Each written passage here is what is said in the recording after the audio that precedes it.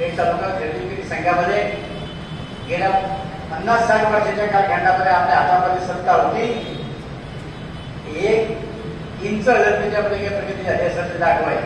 खेड तालुका सहकारी वाहिनी मिळाली, एक डबडच केला तर कळलं नाही, पण सहकारी वाहिनी मिळाल्या. खेड तालुका तुमची छपाईची एक संस्था कधी आयुष्यात पुढे कुणाच कळली नाही. अशा वाहतूक संस्था तुला कळल्या ना, अशा अनेक कागदावरच्या संस्था आपण त्याच्या राजा आहात. त्या आधी ते येऊन आम्हाला सांगता मी नियमाप्रमाणे बोलतो, मी असं करतो, मी तसं करतो. आम्हाला सांगत असताना आपण आपल्याकडे जरा थोडंसं बघूया. इथं चाललंय कारभार चांगला चाललाय. आता बाकीचे जे विषय आहेत त्या न्याय प्रवेश आहे, हा न्याय प्रश्नवादीवर इथं बोलता येत नाही, हे लक्षात ठेवा. आता बोलून आलंय आपलं म्हणून तर वाजेला सांगितलं ना. अहो बरं का,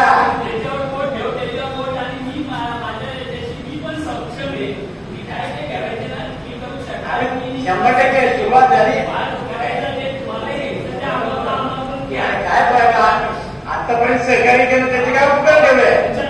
आतापर्यंत सहकार्य केलं त्याचे काय उपकार ठेवले?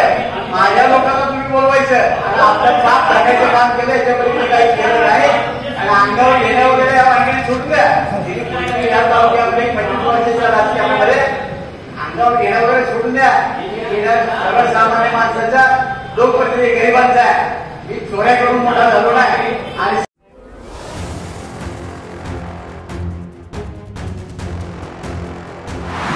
नमस्कार, आपण पाहतात खेड टाइम्स. आजच्या स्पेशल पॉलिटिकल रिपोर्टमध्ये आपलं स्वागत. आता तुम्ही जो व्हिडिओ पाहिला तो खेड कृषी उत्पन्न बाजार समितीच्या सर्वसाधारण सभेतील आहे. विधानसभा निवडणुकीच्या तोंडावर खेड तालुक्याच्या राजकारणात सध्या वादळी परिस्थिती निर्माण झाली आहे. खेड कृषी उत्पन्न बाजार समितीच्या सभापती पदाच्या निवडीवरून सुरू झालेल्या राजकीय नाट्याचा आता एक नवा अंक सुरू झाला आहे. सभापती पदाच्या राजकारणावरून या सभेत गोंधळ होणार असा कयास लावला जात होता, परंतु सभेला विरोधी गटाचे संचालक आणि आमदार दिलीप मोहिते गटाचे अशोक राक्षे, महेंद्र गोरे आणि सयाजी मोहिते हे 3 संचालकही गैरहजर होते. त्यामुळे तसं काही होणार नाही. तरीही बाजार समितीचे माजी सभापती आणि राष्ट्रवादी काँग्रेसचे शरदचंद्र पवार पक्षाचे तालुकाध्यक्ष हिरामन सातकर यांनी बाजार समितीमधील राजकारणाच्या मुद्द्यावरून सभापती कैलास लिंबोरे यांच्यावर प्रश्नांची सरबत्ती केली. या मुद्द्यावरून सभेत थोडा गोंधळ उडाला. हिरामन सातकर यांना उत्तर देण्यासाठी संचालक विनय टोपेही उठले. सभेत काही काळ वादावादी आणि गोंधळ सदृश्य परिस्थिती निर्माण झाली. असताना तुम्ही अशा पद्धतीने जर का असेल तर आम्हाला इथे सभागृहाला ते समजलं पाहिजे. तुम्ही तर तसं करणार नसाल तर बाहेर वेगळे संदेश त्या ठिकाणी जातात आणि तसे जाऊ नये अशी माझी सभासद म्हणून विनंती आहे. खुलासाही आपण करावा. ज्या अर्थी आपण राजीनामे दिले त्या अर्थी प्रोग्राम लागला, प्रोग्राम प्रमाणे या ठिकाणी सगळे झालं असताना निवडणूक झाली नाही,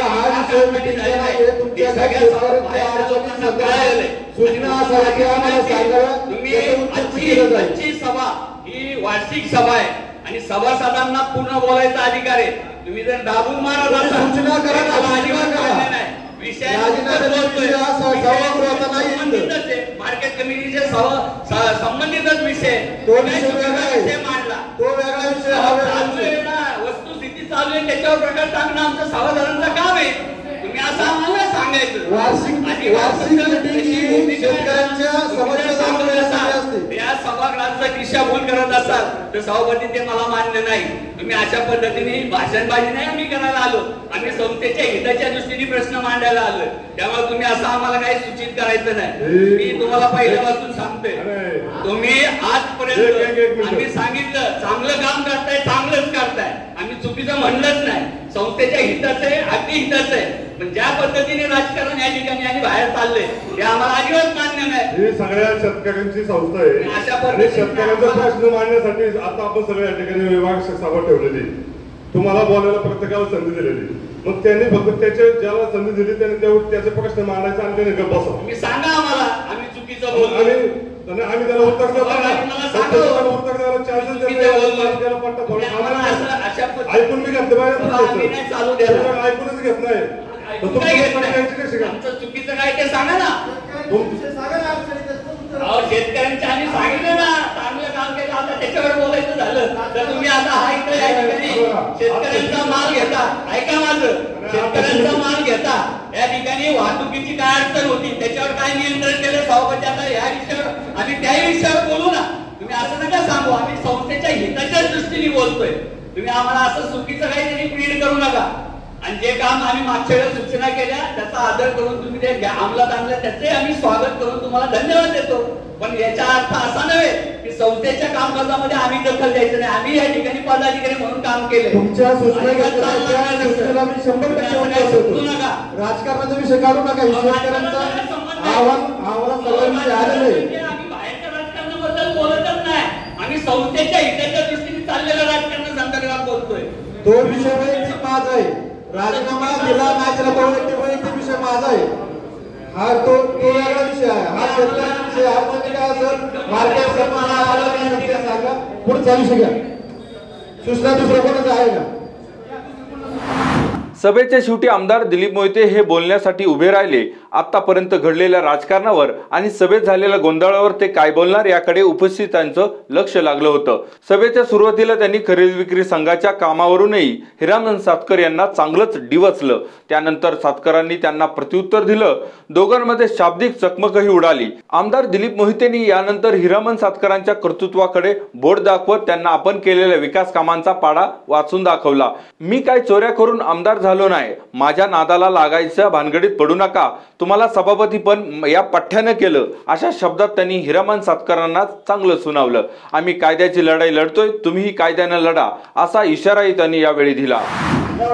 सोडून द्या, सर्वसामान्य माणसाचा लोकप्रतिनिधी गरिबांचा आहे. मी चोऱ्या करून मोठा झालो नाही आणि संस्था या ठिकाणी अशा स्वतःच्या खाजगीच्या आस्थेसारख्या वापरल्या नाही. आपण बोलताना विचारपूर्वक बोला. मी तालुक्याचा लोकप्रतिनिधी आहे. आतापर्यंत केलं तर सहकार्य केलं. चेअरमन माझा विचाराचा जरी असला तर चेअरमन फक्त सयाजीराव होता.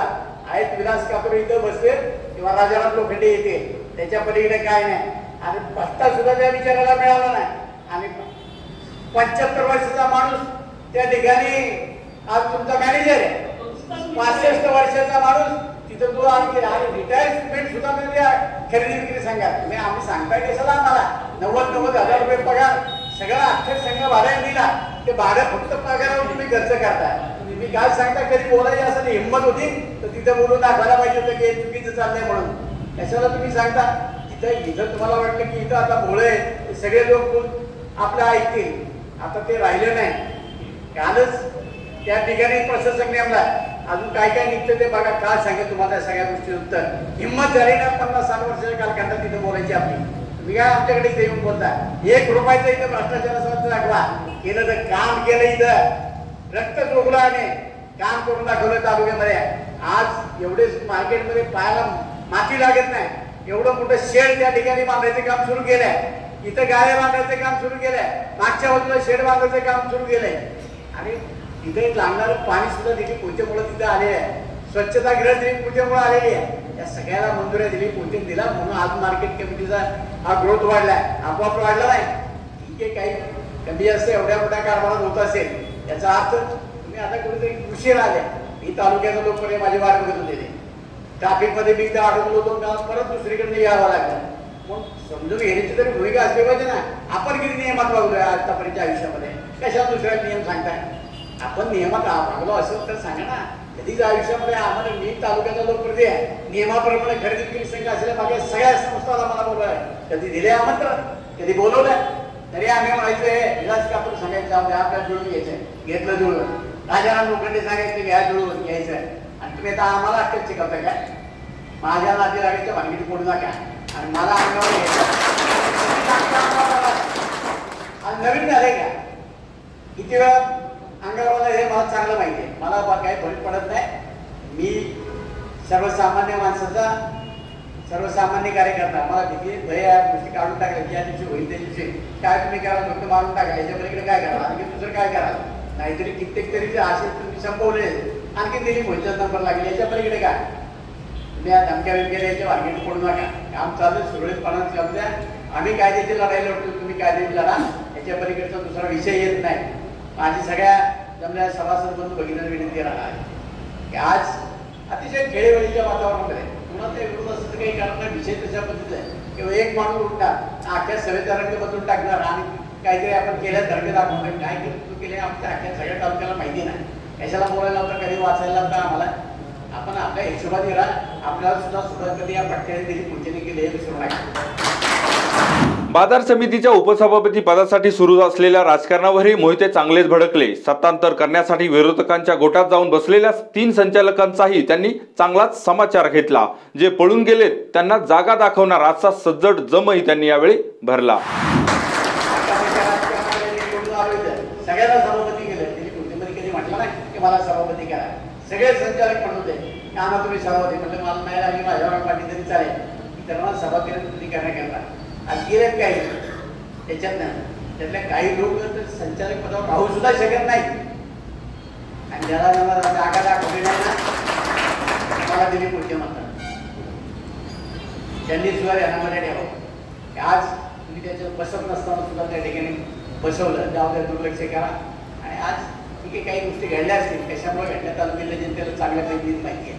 तालुक्यातली जनता खुळी नाही, आणि आम्ही आज त्याच्या विरुद्ध गेलो, कायद्याने गेलो नाही, त्या उठलो लगेच असं काय तिथे तिथं बसलेलं चालत नाही. कायद्याने सगळ्या गोष्टी होती ते पाहू, आम्ही त्याला सगळे समर्थ आहोत. आणि म्हणून माझी आता सगळ्या विनंती राहणार की खेड तालुका कृषी उत्पन्न बाजार समिती ही कायद्यानं चालते, व्यवस्थितपणाने काम करत आहे. माझ्या सभापतीला उपसभापती मनापासून धन्यवाद घेतलं, नाव माहिती राहिले घ्यायचं. दोघांनी चांगले काम केले, नशिबाने परत संधी त्याला आणखी दिली. सभापतीचा काल हा 5 वर्षाचा असतो, उपसभापतीचा काल 5 वर्षाचा असतो. आणि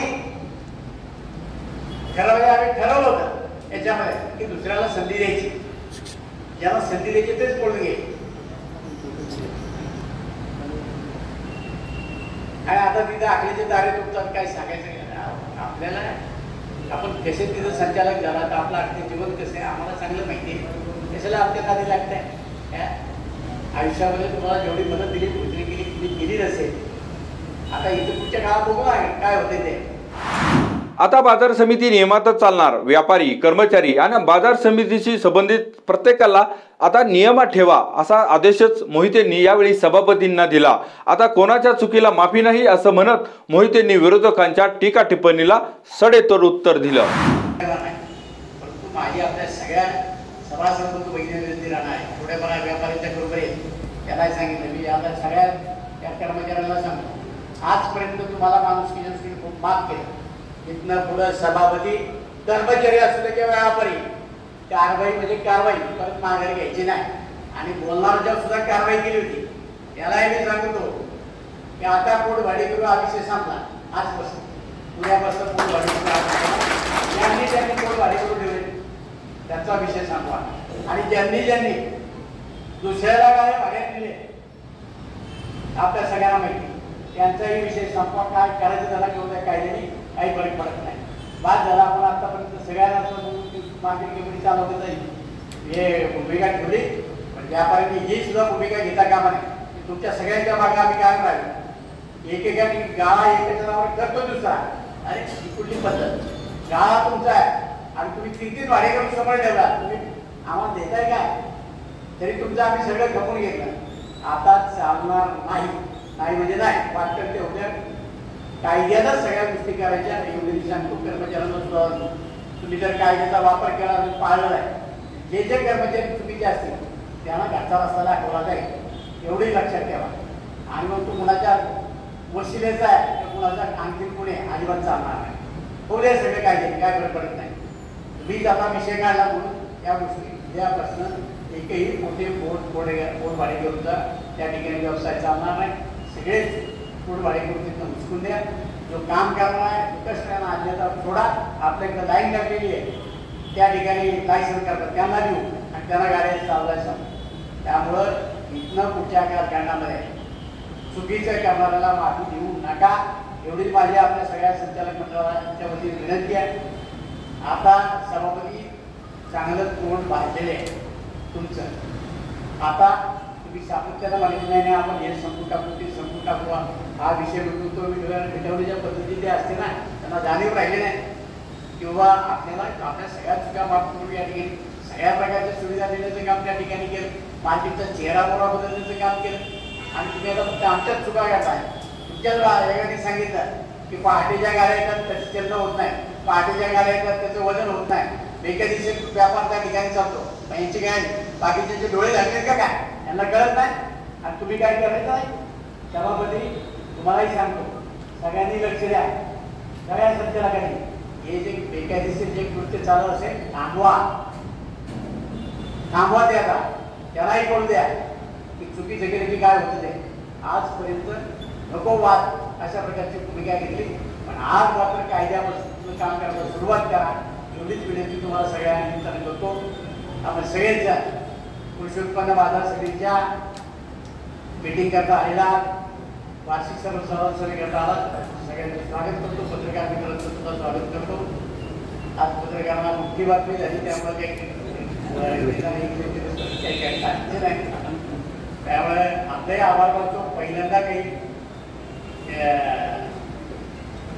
आमच्याकडे चूक झाली असेल तर त्याबद्दल देखील व्यक्त करतो. धन्यवाद. जय हिंद, जय महाराष्ट्र. विधानसभा निवडणुकीसाठी आमदार दिलीप मोहितेंच्या विरोधात सध्या सगळेच राजकीय विरोधक एकवटलेत. मोहितेंना शह देण्यासाठी आपापसातील वैर विसरून सगळेच विरोधक राजकीय डावपेच आखण्यात व्यस्त झालेत. 1.5 वर्षांपूर्वी झालेल्या खेड कृषी उत्पन्न बाजार समितीच्या निवडणुकीत सगळ्याच विरोधकांनी एकी करून आमदार दिलीप मोहितेंच्या विरोधात सर्वपक्षीय पॅनल उभा केला. या निवडणुकीत मोहिते सगळ्यात कमी मतांनी निवडून आले, अर्थात त्यांना काठावरचा विजय मिळाला आणि विरोधकांनी एकीचं बळ दाखवलं.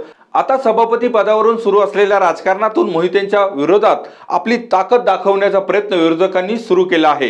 बाजार समितीच्या वार्षिक सर्वसाधारण सभेत झालेल्या घडामोडींवरून मोहितेंचा आक्रमकपणा बरंच काही सांगून गेला आहे. वेळी सावध झालेले आमदार दिलीप मोहिते आता कोणती राजकीय खेळी खेळणार हे आता पाहावं लागणार आहे. आजच्या स्पेशल व्हिडिओत वेळ झाली इथं थांबण्याची. पुन्हा भेटूया एका नव्या व्हिडिओत. तोपर्यंत धन्यवाद.